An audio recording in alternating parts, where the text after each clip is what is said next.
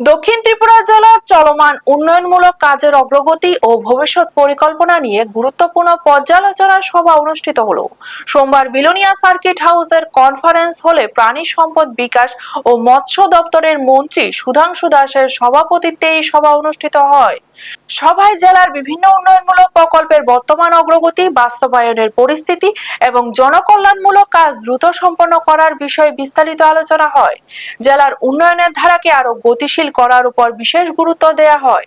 সভায় মন্ত্রী সুধাংশু দাস ছাড়াও উপস্থিত ছিলেন জেলা সভাধিপতি দীপক দত্ত, দক্ষিণ ত্রিপুরা জেলা শাসক মোহাম্মদ সাজ্জাদ পি, বিভিন্ন সরকারি দপ্তরের আধিকারিক, প্রশাসনিক ও পুলিশ আধিকারিক, ব্লক পঞ্চায়েত সমিতি, জেলা পরিষদ ও পৌর পরিষদের চেয়ারম্যান সহ অন্যান্য দায়িত্বপ্রাপ্ত আধিকারিকরা। সভায় জেলার উন্নয়নমূলক প্রকল্পগুলির কাজ নির্ধারিত সময়ের মধ্যে সম্পন্ন করে সাধারণ মানুষের কাছে সরকারি পরিষেবা পৌঁছে দেওয়ার উপর গুরুত্ব আরোপ করা হয়। ব্যুরো রিপোর্ট, নিউজ তৎকাল 24। বিষয়গুলিকে ত্বরান্বিত করার কথা বলা হয়েছে বা আমাদের রাজ্য সরকারের গৃহীত স্কিম, কেন্দ্র সরকারের স্কিম, সেগুলিও কতটা ইমপ্লিমেন্ট হয়েছে সব কিছু বিষয়ে আমরা পর্যালোচনা করব এবং একটা কনস্ট্রাকটিভ অ্যান্ড কম্প্রিহেন্সিভ ডিসিশন এখান থেকে নেওয়া হবে।